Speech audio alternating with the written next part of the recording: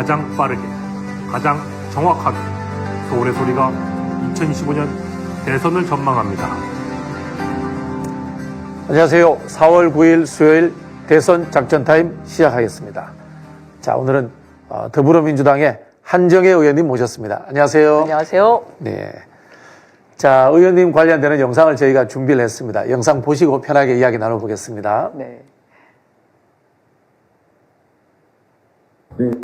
탄핵 심판으로 대한민국과 한반도의 평화가 다시 찾아올 수 있도록 해주시기를 바랍니다.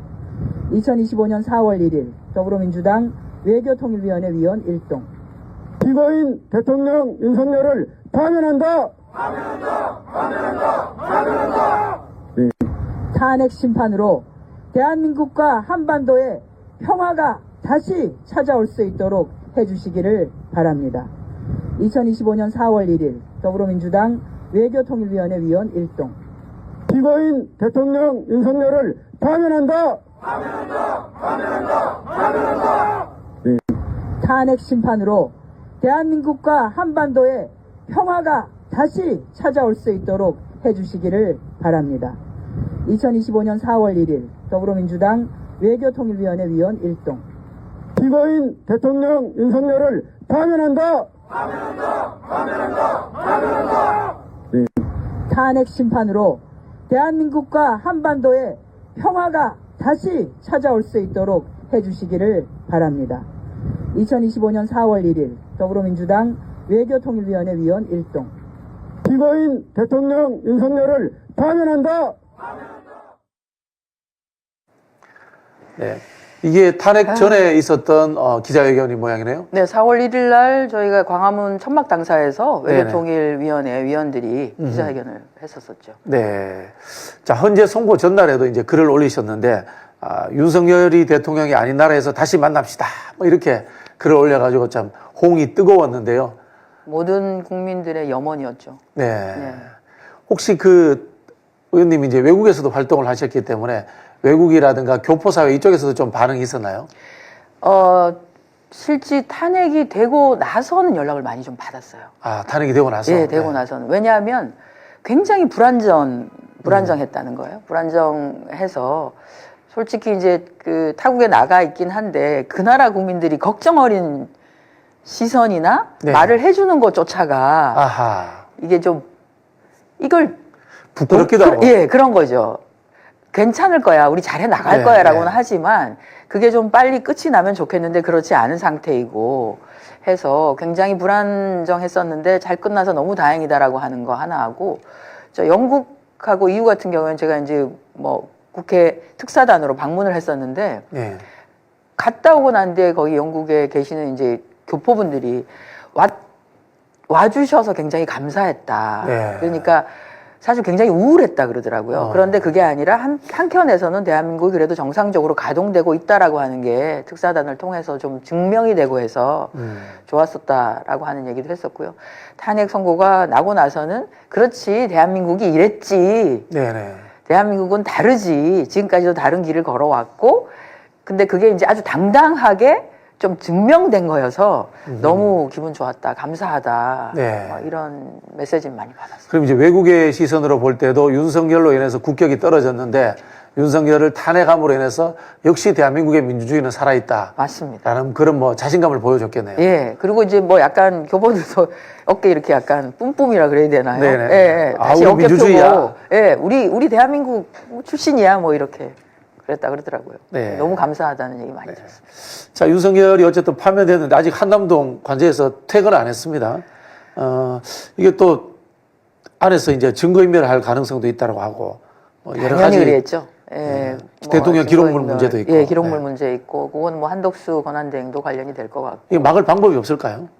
이게 이제 지금 현재로서는 권한대행이 대통령 기록물 지정과 관련한 것들을 정리하게 되어 있어서 그런데 지금 보시면 뭐 대통령 기록물을 관리하는 관장을 지금 용산 출신 행정관을 네. 얘기를 하고 있고 거기다가 대통령실에 근무하고 있는 그 뭐 실장 그리고 수석급들 사표를 반려했잖아요. 네. 이건 결국은 그 내부에서 정리되고 있는 기록물과 관련한 것들을 논의해서 정리를 한다라고밖에 볼 수 없는 거죠. 아하. 그러니까 이제 그 권한대행이 사표를 수리하지 않았을 때는 이미 그런 것까지 감안을 해서 수리를 하지 않았을 거라고 보고, 기록물의 유실이라든지 이런 부분에 대해서, 또는 기록물로 완전히 잠궈버리려고 한다든지, 네.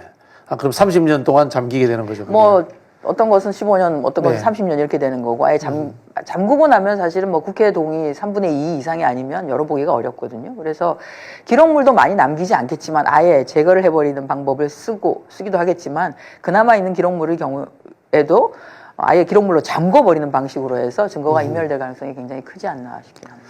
그 김건희 윤석열 부부의 뭐 비리 의혹들이 많은데 많죠. 혹시 이렇게 봉인됐을 때 우리가 뭐 찾기 어려운 것들, 특히 뭐 그 중에서 의원님이 가장 시급하게 이 부분만큼은 이 사람들의 비리 혐의 점에서 찾아야 된다라고 생각하는 게 있으세요?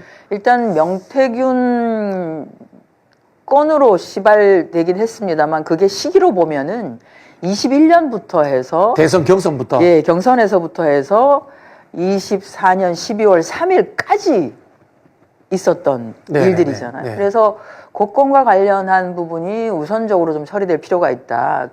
이건 보게 되면 단순하게 그냥 공천 개입 정도가 아니라 그 안에 있었던 흔히 말하는 V0라고 하는 김건희 씨가 어떻게 국정에 개입했는지, 그러니까 민간인 신분이잖아요. 어찌 보면 민간인으로서 국정농단을 했는지가 드러날 수 있는 거여서 이 부분이 좀 시급한 거 아닌가 싶기도 하고요. 그래서 그 부분에 좀 주력할 필요가 있다 싶긴 네. 합니다. 나머지 우리가 뭐 이채 양명주 이렇게 해서 했던 네. 것은 너무 당연하고요. 네, 네, 네. 거기에다 명태균 건하고, 저희는 사실 이제 어쨌든 현직에서 내려온 상태이기 때문에 대선 과정에서 있었던 허위 사실, 네네.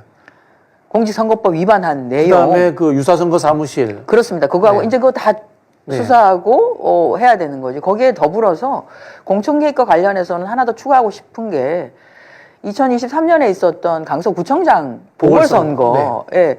아, 그때 뭐 다들 파다하게 소문이 나 있었잖아요. 대통령이 왜 나한테 사실 얘기하지 않았느냐. 나는 이기는 줄 알고 네. 김태호 하라 그랬는데, 뭐 이런 얘기들을 왕왕 했었거든요. 그래서 네. 이 건도 역시 공천 개입한 거 아닙니까? 그 당시 김기현 당대표 시절이었고 그렇죠. 하기 때문에.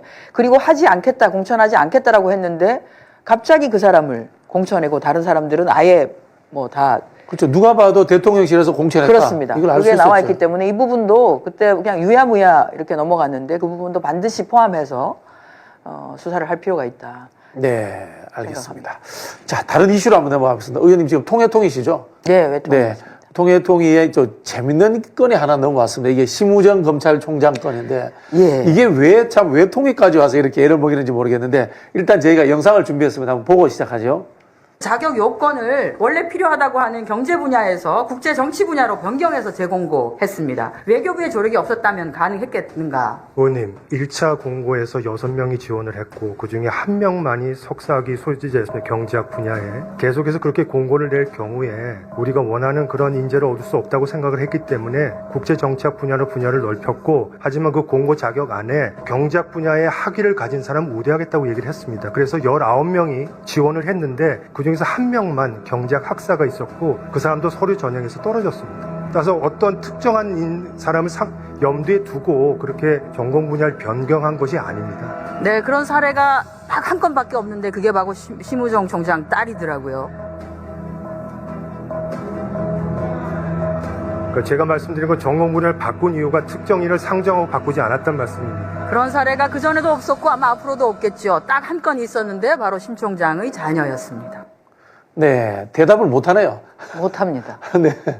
왜냐하면 재공고를 하는 사례가 많이 있는데요. 대개는 말한 것처럼 원하는 사람이 오지 않아서 기한을 연장한 사례입니다. 그렇죠. 네. 예, 기한을 연장을. 그러니까 1차 재공고를 하고 2차까지도, 그러니까 3번에 걸쳐서 재공고를 하는 경우가 많았습니다. 외교부의 경우에. 그런데 이번 건은 그렇게 하지 않고 1차에 보고 아예 그냥 바로 전공 네네. 분야를 바꾼 케이스인데, 그런 경우는 그전에도 없었고 네네. 아마 앞으로도 없겠죠. 네. 딱 보통 이 신경. 정부 부처에서 뭐 표현이 그렇습니다만 뭐 내정됐다고는 하지 않더라도 자격 기준에 합당한 사람이 이제 서류를 보면 한 서너 명 정도 나오잖아요. 그죠? 그렇죠. 예, 그런 사람들을 대상으로 해서 면접도 보고 하는데 이렇게 기준을 바꾸어가면서까지 하는 경우는 없는 거죠. 없습니다. 네. 기준을 바꾸는 게 아니라 기준을 완화하는 경우는 있습니다. 완화하는 경우는 있는데. 그러니까 경제학 석사만 보지 말고 그러면 경제학 석사 더하기 뭐 국제정치 분야까지 해서 조금 더 폭넓게 네네. 해서 뭐 이런 것도 사실은 인사심의위원회를 거쳐야 되면 내부적으로 그렇게 해야 네네. 되는 이유 같은 게 있어야 되니까요. 그렇게 하는 경우는 있을 수 있겠죠. 조금 넓게. 이게 보자. 심우정 총장 딸 전공으로 자격 요건을 바꿔줘 버린 거잖아요. 그렇습니다. 국제정치 네. 분야. 네. 그냥 정치 분야도 아니고 국제정치 네네. 분야인데 심 총장 딸이 국제협력을 네네. 했습니다. 그래서 뭐 딱 맞죠. 궁금한 게 이런 부분 같아요. 심 총장이 연락했을까? 아니면 외교부가 알아서 기었을까? 우리 속된 표현으로. 저는 그 어느 쪽이든 간에 결국은 네. 심 총장이 가지고 있는 그 지위, 사회적 지위와 의 영향력. 권력이 영향을 미쳤다라고 보는 거고요. 그래서 수사가 필요하다는 네네. 거죠. 그래서 지금 공수처가 빨리 좀 수사가 들어갔으면 좋겠고, 뭐 이 얘기를 또 안 할 수가 없는데 한덕수 권한대 지금 뭐 이상한 사람들 지명하고 임명하고 온갖 걸 다 하고 있지 않습니까? 근데 공수처 수사검사가 한 7명 정도가 부족합니다. 네네. 그래서 7명을 추천해달라고 공수처에서 올렸는데 그건 또 임명하지 않고 있어요. 정말 할 일은 안 하고 네네. 하지 말아야 되는 일만 골라서 하고 있죠. 네. 지금 이 건은 그러면 이제 공수처 수사가 들어가야 되는 상황인데 네. 그 전에 뭐 감사원 감사라든가 외교부 부처 내에서의 자체 뭐 조사라든가 이런 일은 없는 모양이죠. 외교부에서 감사원에 공익감사를 청구를 했더라고요. 네네. 공익감사 청구를 했는데 저희도 공익감사를 청구를 하려고 하다가 감사원이 이 정부 들어서 한 내용을 맞습니다. 보면 네. 이게 어떤 수순을 밟아서 마무리를 할지가 좀 눈에 보여서 그게 아니라 공수처의 수사가 우선되는 게 낫겠다라는 생각을 했죠. 그런데 뭐 공익감사를 청구를 한 상태이고 지금 저희가 내놓은 그 자료만 해도 의혹의 네네. 자료, 비리로 보여지는 자료 이런 것만 해도 감사원이 충분하게 감사할 수 있고 공수처가 충분하게 수사할 수 있기 때문에 저는 빨리 해야 된다. 그리고 어제자인가는 아마 또 누군가가 고용노동부에도 네. 수사 의뢰를 한 것 같아요. 네. 조사를 해달라고 해서 네. 고용노동부도 뭐 채용공정화법에 따라서 조사를 해야 될 필요가 있다. 그래서 뭐 고용노동부도 하겠다라고는 하고 있습니다. 다만 이제 수사권을 갖고 있는 기관과 그렇지 않은 그냥 조사 정도를 할 수 있는 기관이 할 수 있는 범위는 좀 다르죠. 예를 들어 공수처 같은 경우에는 심 총장이 고발되어 있는 상태이기 때문에 네. 심 총장이 유선으로라도 전화를 한 게 있는지 어떤 방식으로 하고 있는지라고 하는 수사를 할 수 있겠습니다만 감사원이나 고용노동부는 그렇지 아니하고 절차상 미비가 있었는지 하는 그 정도만 볼 수 있지 않겠느냐라고 해서 감사원 감사라든지 또는 고용노동부의 조사에서는 이번에 이 채용 과정에서 불합리한 부분들 이게 네. 누가 봐도 이상하고 합리적이지 아니하고 기본적인 공정화법이라 채용 절차 공정화법이라든지 또는 채용 절차 기준과 관련된 매뉴얼이라든지 이런 걸 위반했다라고 하는 건 나오겠지만 거기에 사람이 어떻게 개입했는지에 대해서는 정확하게 밝히기는 쉽지 네. 않을 거다. 그 수사를 해야 할 그건 수밖에 수사를 없네요. 해야 네. 된다. 네. 그래서 공수처 수사를 촉구를 하기 위해서 저희가 공수처도 방문할 예정입니다. 네. 자, 의혹이 밝혀진 뒤에 온라인에서 이 건으로 심 총장 딸이 채용되면서 자신의 조카가 피해를 입었다라는 제보가 있었다는 이야기가 있는데 보통 이런 일들이 제보에서 많이 출발하나요? 그렇습니다. 저희도 제보받고 시작을 했거든요. 네. 뭐 당사자는 아니었는데 같이 뭐 이렇게 응시를 했던 사람인지 아닌지는 모르겠습니다만 아무래도 심 총장이 국립외교원에 들어오는 과정에서 좀 불합리하게 혜택을 본 것 같다. 불합리한 혜택을 본 것 같다. 이걸 조사를 해줬으면 좋겠다라고 하는 게 있었고 저희가 국립외교원 과정을 조사하는 과정에서 보니까 당사자가 외교부에 지금 응시를 해가지고 네. 신원조에만 남겨놓고 있다. 합격이 다 되어서 그래서 그것까지를 다 이렇게 보게 된 거죠. 보다 보니까 뭐 우연과 우연이 하늘이 내려주시는 우연이죠. 네.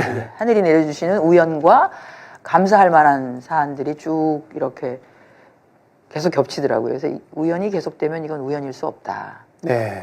라고 하는 차원에서 조금 꼼꼼하게 보게 됐습니다. 지금 그래서 이제 당에서 심우정 총장 자녀 특혜 의혹 진상조사단을 발족을 했고 의원님이 이제 그렇습니다. 단장이세요. 네. 자, 이게 특혜를 넘어서서 심 총장이 적극적으로 개입했다면 이게 권력형 비리가 되는 거지 그렇습니다. 않습니까? 예. 그런 상황인데 지금 법무부에서는 검찰총의 이 상급기관으로서 여기에 대해서 어떤 뭐 감사를 한다거나 이거 조사를 해야 되는데 안 하고 있죠, 지금. 안 하고 있습니다. 제가 안 그래도 현안 질의할 때 법무부 그 김석우 차관에게 네. 검찰총장에 대한 감찰권은 법무부가 갖고 있지 않냐. 감찰을 해라. 본인의 지위를 이용해서 어떠한 것을 했는지. 왜냐하면 이 이제 사건 저희가 의혹을 제기하자마자 심우정 총장이 어쨌든 대검을 통해서 입장문 비슷하게 내기도 하고 뭐 했는데 내 딸은 다른 취준생들과 마찬가지로 굉장히 열심히 본인이 준비해서 정당하게 네. 채용이 되었다라고 하는 얘기를 하더라고요. 그래서 아니 뭐 어떤 근거로 정당하게 채용되었다라고 그렇게 주장하는지에 대한 감찰을 해라. 왜냐하면 이게 고위공직자가 관련된 것이고 누가 보더라도 비위 사실로 밝혀질 만한 채용과 관련한 건이 보도가 되고 있고 나오고 있는 상황인데 왜 아무런 조치를 하고 있지 않냐. 감찰을 해라라고 했더니 법무부도 감사원 감사를 지켜보겠다라고 하는 얘기를 해서 그것과 감찰은 별개이다. 그렇죠. 네. 네.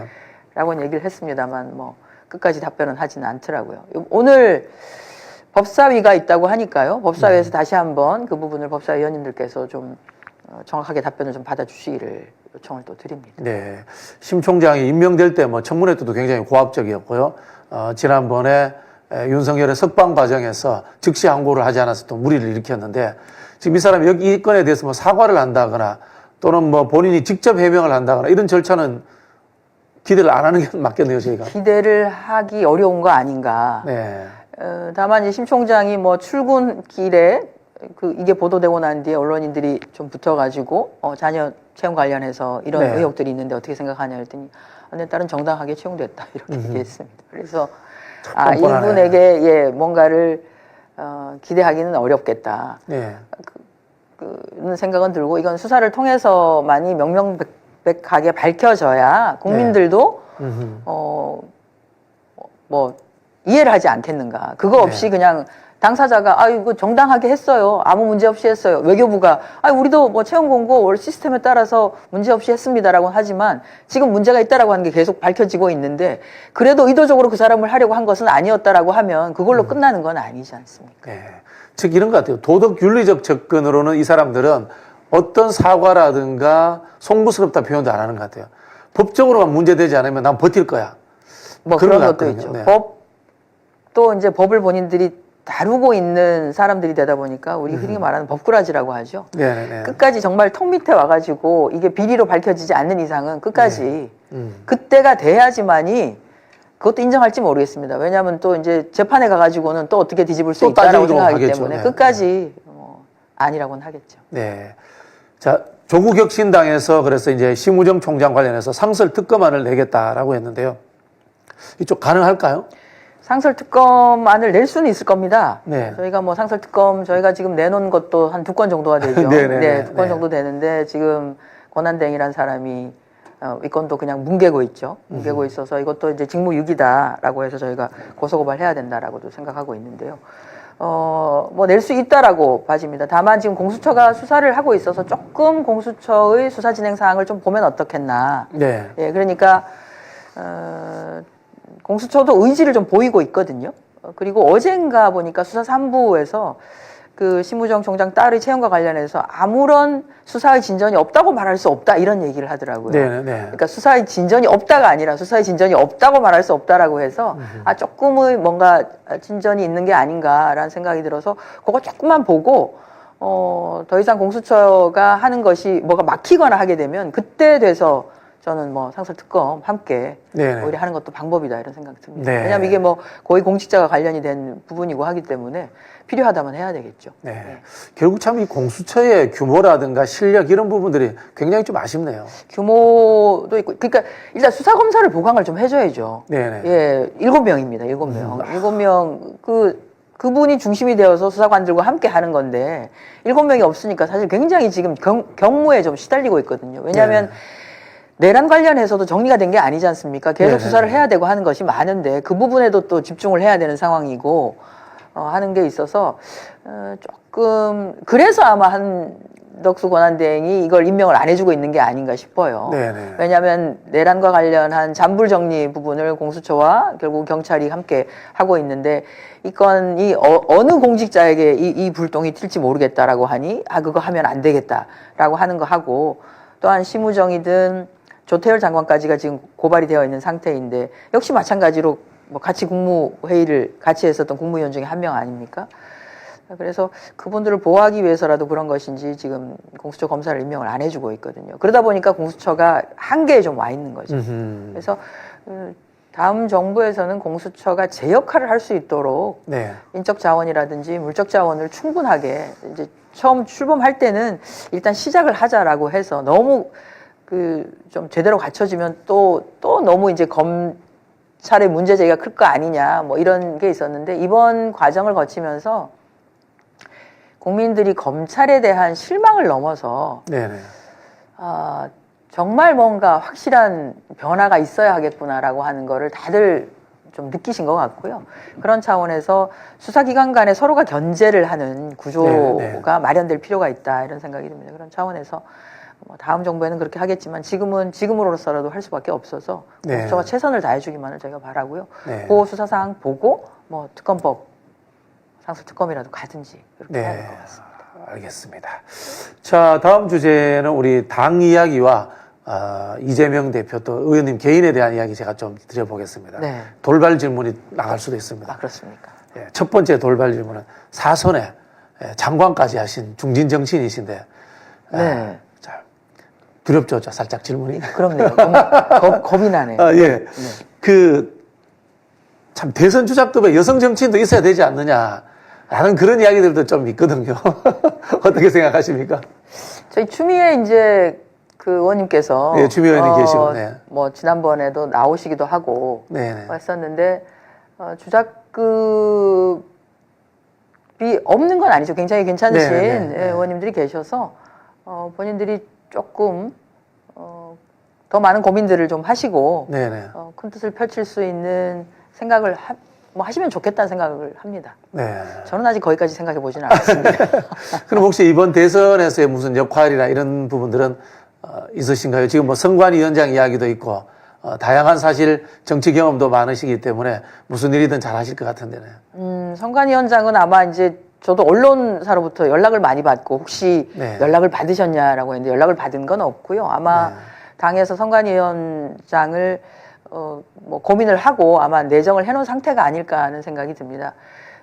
저는 이제 아마 지금 그 심우정 총장 자녀 관련한 비리 진상조사단을 꾸려서 요 역할을 하는 것으로 해서 여기에 조금 집중하라고 해서 급하게 만들어진 조사단이기 때문에 여기에 좀 집중하고 있고요.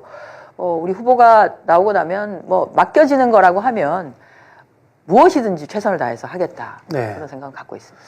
네. 뭐 제가 문재인 정부에 대해서 한 번씩 좀 비판할 때도 있는데 문재인 정부에 이제 정치인 출신 장관들이 많았습니다. 네, 그렇죠. 거기에서 장관을 마치고 사실 좀 너무 비판적인 시각을 따갑게 받아가지고 정치적으로 재기하기 어려운 분들도 계시는데 어쨌든 이제 장관을 역임을 하셨는데 의원님은 전공 분야가 뭐 노동, 환경 뭐 외교 뭐 이쪽으로 이렇게 저희가 분류가 되나요 보통?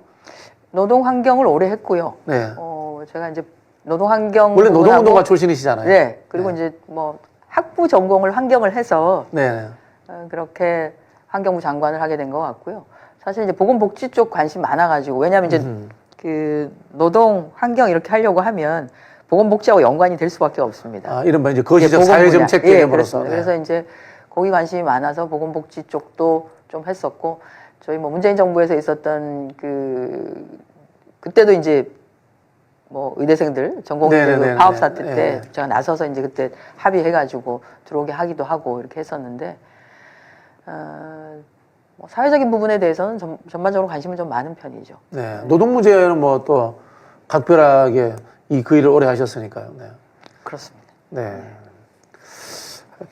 그냥 한번 물어봤습니다. 네. 아니, 그래서 어떤 부분에 이렇게 저는 대선에 들어가게 되면 뭐 모든 의원님들이 아마 한 명의 당원으로서 할 수 있는 최대한의 자신의 그 에너지와 의지를 담아가지고 최선을 다 해서 왜냐하면 대선의 과정에서 국민의 마음을 모아서 함께 할 수 있게 만드는 게 굉장히 좀 중요하다고 보거든요. 그래서 그 과정에서 정말 최선을 다할 생각이고요.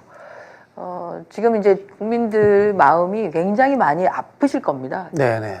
경기가 코로나 이후에 경기가 조금 좋아지려나 했는데 사실 그 윤석열 정부 들어서서 경제를 너무 신경을 안 썼거든요. 네네. 그래서 서민들과 뭐 중소상공인들, 소상공인들, 자영업자의 삶은 거의 뭐 나라고. 제가 이제 어제 저희가 경제는 민주당에서 이건 잠깐 다른 얘기인데 지금 킨텍스에서 하고 있는 자동차 관련한 지금 전시가 이루어지고 네, 있습니다. 네, 네. 거기를 갔는데 저희가 이제 뭐 새로운 차, 뭐 흔히 말하는 뭐 이렇게 뭐 무인으로 뭐 운전하고 하는 이런 차 이런 걸 잠깐 보고 있는데 제 옆에 어떤 이제 일반인이 서 계시다가 저를 보시더니 국회의원이세요? 이러시더라고요. 그래서 예, 맞습니다. 저희 더불어민주당 경제는 민주당에서 뭐 미래 모빌리티 어떤 상황인지 한번 좀 보러 왔습니다. 이렇게 했더니 저한테 하던 얘기가 싹 좀 잡아가지고 좀 정리해 주세요. 이렇게 하는 거예요. 뭘 잡아서 좀. 예, 그래서 네? 깜짝 놀라서 그랬더니 자기가 19명 정도를 데리고 일을 하는 중소기업체 사장. 중소기업체 사장인데 한 달에 그거를 유지하는 데 들어가는 비용이 3천만 원인데 지난해 하반기 정부터 해가지고 너무 엉망인데 12월 이후에는 네. 정말 아무것도 할 수가 없다. 너무 화가 난다. 그래서 윤석열을 비롯한 그 잔당들을 완전히 좀 잡아 넣어주세요라고 하는 얘기를 하는 거예요. 그래서 경제에도 악영향을 엄청 미쳤군요. 엄청 미친 거죠. 네.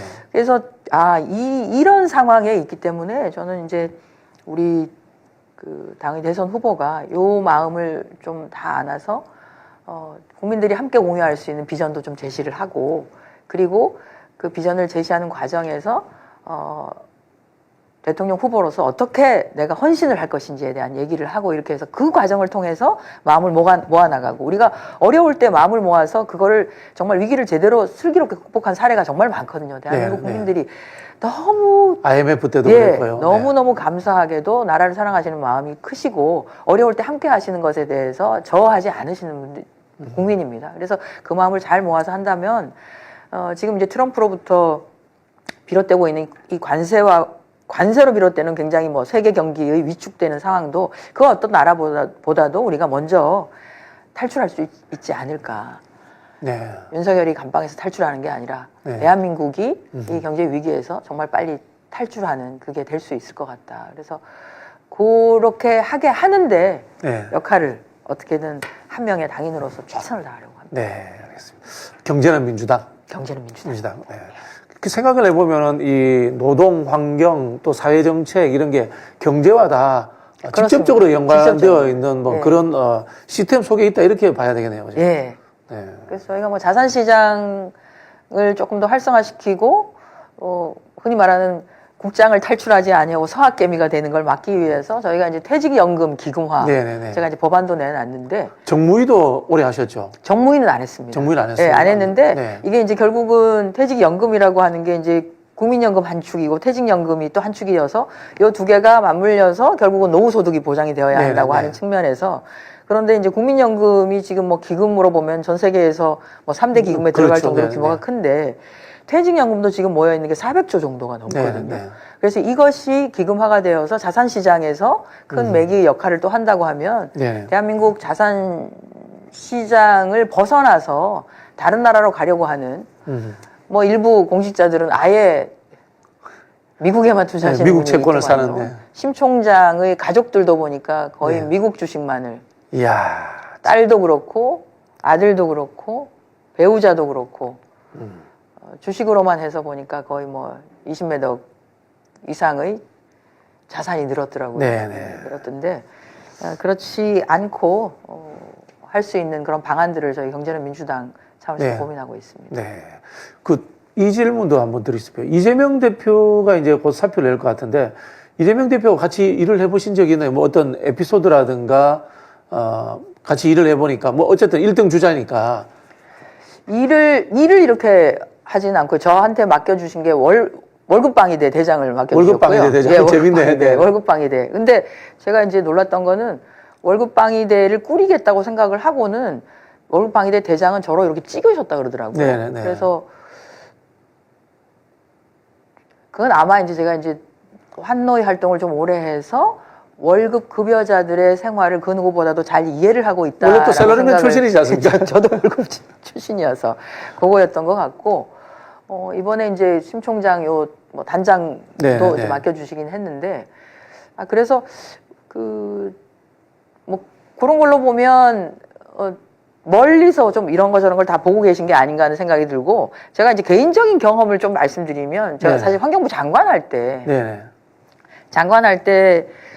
수도권 매립지. 지금 매립지 인천에 있는. 예, 네네네. 매립지를 이제 그 당시 있었던 인천시장께서 더 이상 매립지를 추가적으로 쓰는 것은 불가능합니다. 제2의 매립지를 만들어야 됩니다라고 하셔서, 그거는 그러면 서울시장, 인천시장, 경기도지사 합의가 좀 돼야 되는 거거든요. 네네. 그래서 이제 제가 조금 주제를 해가지고 세 분을 한 2차례 정도 이렇게 모셨었습니다. 네네. 그래서 얘기를 했는데 굉장히 많이 좀 열려 계시는 거예요. 어쨌든 열려 계시고, 긍정적으로 뭔가 어떻게든 하려고 하면 정부가 하려고 하는 것에 대해서 크게 문제가 안 생기면 경기도는 좀 적극적으로 협조하겠다라고 네, 하는 뭐 이런 말씀을 해주셔서 저로서는 굉장히 좀 힘이 많이 되기도 했었고요. 그때 일을 진행하면서 네, 그런 감사함도 있고, 또 하나는 뭐 이제 경기도에서 하는 뭔가가 있어서 제가 그때 경기도를 방문해서 환경부 장관일 때 뭘 한 적이 있었는데, 그거 하고 이제 공개를 끝내고 기자들을 잠깐 물리고 비공개 이렇게 하더니 싹 웃으시면서, 공개가 너무 힘들어요. 비공개 때 그냥 편하게 얘기하려고 해서 굉장히 이제 편하게 얘기를 좀 하시는 거예요. 네, 그래서 네. 굉장히 보시면 지금은 약간 언론도 그렇고, 그 다음에 이제 검찰이 막 이것저것 있는 거 없는 거 할 거 없이 기소를 해놔서 흔히 말하는 나쁜 사람화. 네네네. 이거를 너무 많이 해놓은 상태인데, 겪어본 분들은 다 그 얘기를 합니다. 네. 실제로 말을 해보고. 너무 잘하시잖아요. 좀 우리 잘 알죠. 본인도. 예, 네. 그래서 겪어보고 얘기를 해보고 한 사람들은, 그렇지 않다. 네. 문턱이라고 하는 게 없다. 네네네. 실제로 문턱이라고 하는 게 없고, 실제 저 같은 경우에도 전화 한번 받으세요. 네. 전화 통화도 자주 하고 뭐 이렇게 네네네. 하거든요. 뭐 텔 같은 것도 이렇게 네네네. 사고 하기 때문에. 그래서 굉장히 벽이 없고 편안하게 얘기를 주고받을 수 있는 사람이라고 하는 얘기를 하면 네. 놀랍니다. 네네네. 왜냐하면 보여지는 게 그게 아닌 것처럼 자꾸 그렇죠. 그렇게 되니까. 그래서 그렇지 않다라고 하는 말씀을 좀 드리고 싶네요. 네, 알겠습니다. 자, 마지막으로 통해 관련 질문을 꼭 좀 드려봐야 될 것 같아요. 트럼프의 이 관세 정책 때문에 지금 대한민국도 난리고 뭐 중국도 난리고 뭐 다 난립니다. 네. 이게 트럼프하고 또 한덕수하고 전화 통화도 했다고 하는데 네. 25% 상호 관세 뭐 이 정도 그렇습니다. 선인 것 같은데, 이거하고 또 지금 방위비 분담금 문제, 이거 우리 정부가 또는 차기 정부가 어떻게 대응을 해야 됩니까? 전반적으로. 일단은 지금 트럼프는 동맹국을 우선적으로 좀 협상을 하자라고 하는 네. 것 같습니다. 그러니까 이제 협상을 하자라고 하는 것은, 그 얘기를 한다는 건 지금 25%라고 했지만, 그 시작의 시기는 조금 늦출 수는 있다라고 보는 거죠. 네. 예, 어찌 보면. 네네. 그래서 저는 지금 협상을 하고 있는 사람들이 주력해야 되는 것은, 일단 미국 대통령이 트럼프가 25%라고는 했지만 일본하고 한국처럼 동맹으로 판단되는 나라에 대해서는 협상을 우선 하자라고 했으니, 협상이 끝나는 시점까지는 지금 발효 시점을 조금 연기하자라고 하는 걸 얘기를 해야 될 필요가 있을 것 같고요. 그리고 그 협상의 과정에서 조금 더 적극성을 가지고 해야 될 필요가 있다. 지난번에 제가 여기 나와서 잠깐 얘기를 했던 것 같은데, 약간은 패키지화 할 필요가 있다. 네네. 우리가 지금 이제 미국산 소고기 수입과 관련해서 30개월 미만의 연령만 수입을 수입을 하고 하는데, 있죠. 이거 문턱 없애라라고 주장하지 않습니까? 네. 근데 여기에다 우리가 얘기할 수 있는 건, 전 세계에서 미국산 소고기를 가장 많이 수입하고 있는 나라가 대한민국이다. 네. 라고 하는 얘기를 해야 돼요. 30개월이라고 하는 원령이 폐지되는 것이 미국에 좋을지 안 좋을지를 판단을 해야 된다. 왜냐하면 한국 사람들이 지금 갖고 있는 게 30개월령 미만이기 때문에 안전하다라고 해서 미국산 소고기를 많이 사 먹고 있는데, 네. 그거를 깰 경우에는 이게 안전한 건가? 그러면 오히려 지금보다 덜 먹을 수도 있다. 네네. 이게 정말로 미국이 원하는 일이냐. 결국은 관세의 문제가 국내 소비의 문제와 그렇죠. 연결된다는 그렇게 점을 접근하라는 연결되니까. 뜻이네요. 그래서 당신들이 요구하는 것이 그렇게 되는지에 대해서 다시 한번 생각해라라고 하는 네. 이런 것들을 몇 가지를. 그리고 이제 지금 대미 투자가 대한민국이 1위다. 네네네. 예, 유럽보다도 우리가 1위를 하고 있는데, 가장 많은 투자를 하는 나라, 거기에다 플러스로 지금 투자를 얘기를 하고 있는데 여기에다가 관세를 다른 나라와 비슷하게 막 뭐 상호 관세를 부여를 하거나 EU보다도 우리가 많지 않습니까? EU가 20%인데 우리가 25%거든요. 아 이건 좀 아니지 않냐. 아니, 우리 그럼 미국에 투자 못해 이렇게 할 수도 있겠네요. 예, 그래서 조금 저하게 되는 거 아니냐. 그리고 이번에 이제 조금 크게 봐야 되는 것이 현대 제철이 루이지애나에 네네네. 투자를 하겠다고 했거든요. 제철소를 네네네. 세운다고 했는데 사실 제철소가 들어간다라고 하는 것은 철강 공장이 들어가는 것은 제조업의 가장 기초가 되는 기반 산업이 들어가는 거예요. 네네네. 여기서부터 결국은 제조업이 네네네. 들어가는 거거든요. 네. 그래서 가장 기초가 되는 산업을 미국에 투자를 시작을 했는데 아 이런데도 똑같이 관세를 매긴다고 하면 이게 동맹국과는 좀 맞지 않는 거 아니냐. 네. 그리고 거기에다가 더해서 주한미군 방위비 네. 분담금과 관련해서도 할 얘기가 많습니다. 네. 그 예산만큼을 주한미군이 다 쓰지도 못하고 있는 상황입니다. 네. 그래서 그런 것들을 좀 조목조목 일단 연기를 하자. 협상하는 네, 기간 네. 동안에 연기를 하자라고 하고 그 기간 동안에 자세하게 좀 협상을 하면서 얘기를 할 필요가 있는 거죠. 그리고 나면 어느 정도 이제 정부의 교체 시점이 되고 네, 하기 네. 때문에 정돈이 좀 될 수 있지 않을까 하고요. 지금 협상을 하는 쪽에서는 가장 먼저 해야 되는 게 협상을 하기로 했으니까 관세의 발효 시점을 늦추자. 네. 이걸 먼저 해야 됩니다. 다른 얘기는 저는 할 필요가 없다. 그리고 그 안에 모든 것을 당신들이 얘기하는 소고기 네네. 뭐 다 놓고 얘기하자. 방위 분담금 할 것 없이 다 놓고 얘기하는데 얘기를 하면서 우리가 조목조목 얘기를 하면 되거든요. 조목조목. 네. 그래서 그렇게 시간을 일단은 조금 벌어놓는 것이 필요하다고 봅니다. 네, 알겠습니다. 그 외교부 장관 문제인데요. 네. 사실 제가 기억하는 게 박진 장관, 뭐 윤석열 정부에서 외에 네. 우리 정부에서도 외교부 관료가 출신이 아닌 정치인 출신 외교부 장관이 한 번도 없었던 것 같아요. 제 기억으로는. 아우, 기억나는 사람이 없어요. 그렇죠. 대개는 이건 이제 오랫동안 외교의 그 장에서 네네. 일정 부분 활동을 좀 해서 조금 그나마 얼굴도 익히고 네네. 뭐 했던 사람이 하는 것이 좀 낫지 않겠나라고 하는 게 네네. 좀 있긴 합니다. 근데 그 그게 부분은. 뭐 예를 예. 들자면 국제법의 관례라든가 뭐 국제신사로서의 품격 이런 부분은 모르겠지만 전문 외교 관료들이 가지는 뭐 표현이 그렇습니다. 애국심의 문제. 극단적인 국익을 챙길 때 그런 부분에 있어서 느슨하지 않았느냐라는 비판들이 있거든요. 그렇죠. 뭐 사실 미국이 국무부 장관을 지명을 할 때 정치인 외교부 최측근이지 출신을 않습니까? 네. 하지는 않고 하기 네. 때문에 우리는 뭐 그냥 그렇게 쭉 해왔습니다만 그렇게 하는 것이 좀 안정적이라고 해서 다른 네. 부분보다도 외교 업무나 이런 것들은 너무 정권에 이렇게 좌지우지 되지 않도록은 해야 되겠다라고 하는 네. 것 때문인데 그러다 보니까 이제 외교부 자체가 굉장히 좀 보수화된 건 맞습니다. 외교부 공무원들, 공직자들이 굉장히 좀 보수적 아니, 시각을 느낌이 가지고 저 사람 국적 어디야? 이런 느낌 받잖아요. 뭐. 그런 것들이 있습니다. 이거 어떻게든 좀 안정적인 것에 네, 네. 이걸 하려고 하다 보니까 조금 이렇게 휘청휘청하는 것에 대해서 거부감 같은 네, 것이 네. 있습니다. 그러다 보니 이제 뭐 한일 관계든 음흠. 이런 것에 대해서도 조금 그런 것들이 좀 있는 것이고요. 네. 그 부분에 대해서는 여러 가지 고민을 좀 해볼 필요가 있을 것 같습니다. 다만 이제 외교부 출신의 사람들 중에서도 그 중에서도 조금 더 굉장히 좀 진전해야 된다라고 하는 네. 네. 의지를 가지고 왜냐하면 우리나라의 국격이 예전과 다르다. 네. 우리가 예전에 끌려가는 외교를 했던 때와 지금은 완전히 다르지 않냐. 대한민국의 위치가 국제사회에서 다르다 이제는. 네네. 그 위치에 맞게끔 외교를 해야 된다라고 하는 얘기를 하시는 분들이 충분히 있기 때문에 저는 뭐 그 안에서도 얼마든지 또 찾는다라고 하면 그런 사람을 찾을 수도 있지 않겠나. 다만 조금 폭넓게 보고 찾아야 되지 않나 하는 생각이 네. 듭니다. 그리고 이제 국회의 기능 중에 예. 사실 뭐 우리 상권 분립에 의해 가지고 국회가 집행권을 가지고 있지는 않습니다만은 국회가 또 하지 말라는 건 없거든요. 그렇습니다. 그런 부분에서 국회가 잘할 수 있는 것들 중에 하나가 외교 분야가 아닐까. 특히 국회의장님도 그렇습니다. 그렇고 그런 예, 생각이 예. 드는데 이 부분에 대해서 뭐 표현이 그렇습니다만은 정부 여당과 그다음에 국회 다수당이 일치했을 때 좀 뭐 법률적으로는 힘들더라도 관례적으로 권한을 국회로 좀 이관을 준다거나 하는 그런 좀 방법들 가능할까요? 저는 이번에 민간국가 지정 과정에서도 네네네네. 민간국가 지정을 하는 과정에서의 실질적인 뒷이야기는 저희가 미국 상원을 통해서 저희가 외통위에서 그러니까요. 그러니까 네네네.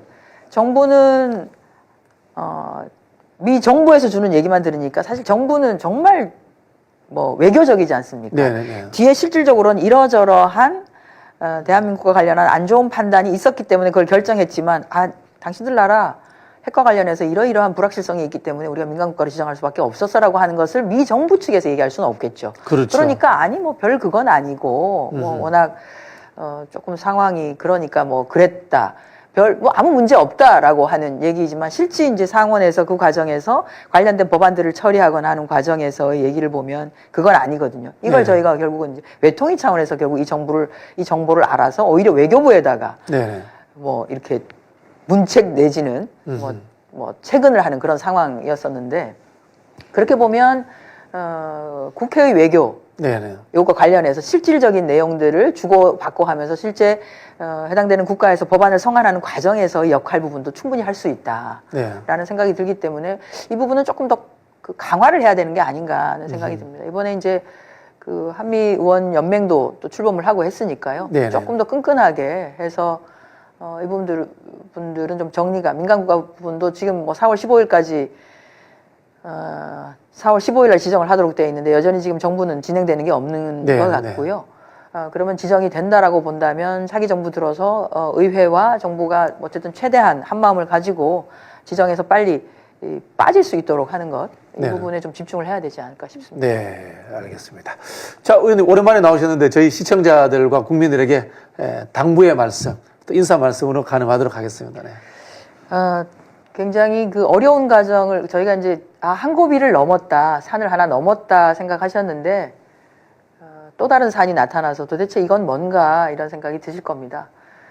권한대행에게 주어지지 않는 권한을 행사하는 위헌적 상황이 계속되고 있고 내란이 종식되지 않았다라고 하는 것을 국민들이 다시 한번 느끼게 만드는 상황들이 계속되고 있는데요. 저희 더불어민주당이 중심을 잘 잡고 이 내란 세력들을 정돈하고 내란 잔당이 확실하게 법의 심판을 받을 수 있도록 최선을 다하겠다는 말씀 드립니다. 너무 불안해하지 마시고 저희들을 믿고 지켜봐 주시기 바랍니다. 네, 감사합니다. 감사합니다. 지금까지 한정혜 의원님이었습니다.